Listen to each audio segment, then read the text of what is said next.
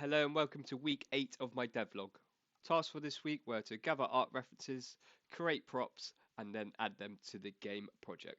My first task for this week was to create a lathe for the first cave level in the game. So as always, I would start with gathering reference images. The designers gave me an FBX reference and a reference image, which in my opinion isn't very helpful. The reference image doesn't show the lathe fully, and for someone like myself who doesn't know what one is, this hasn't really helped me. So I decided I'll just use the FBX as a size guide and would do my own research to find a appropriate model for the game. So as you can see from the PureRef document, I managed to find a suitable model for the game. I'll probably butcher the pronunciation of the name of the lathe, so I'll put it on screen now for you.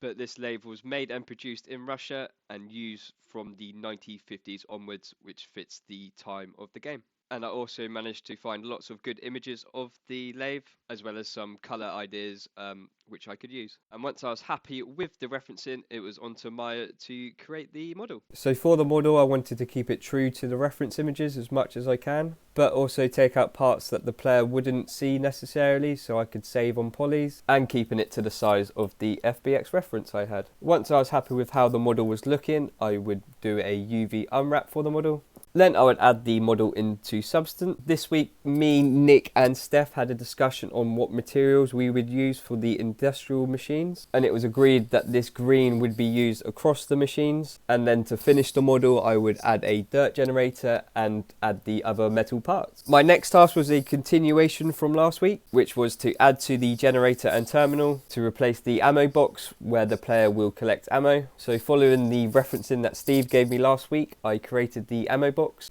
and the stand for it, and I've started the element within the box which I want to make animated, but this week it will not be in the game files. Again, UVs were made then added to Substance, where I would texture the stand the same colours as the terminal and would texture the box with a similar look but add opacity and emissive textures to finish the look I was going for. Once all the texturing was done, I would export the textures and the mesh, then add them to the game files, making sure the materials are set up correctly and applied to the models. And these assets will be ready for the next game build on Thursday. It's not very clear with the emissive. I may have to play around with some values within Unity to get the lights brighter, or it might just be the lighting it's currently in. But I'm hoping in-game the emissive will be a lot more clearer. Overall, I feel this has been a good week for the artists in regards to creating models. I am worried about the sheer amount of props that have been requested from the designers, and I feel some communication needs to be done with them to ensure that the designers are reusing assets for new levels, just so we can get the game finished and not have missing art. Next week I will finish off the ammo case animation for the element within inside and work on other props. Thank you for watching.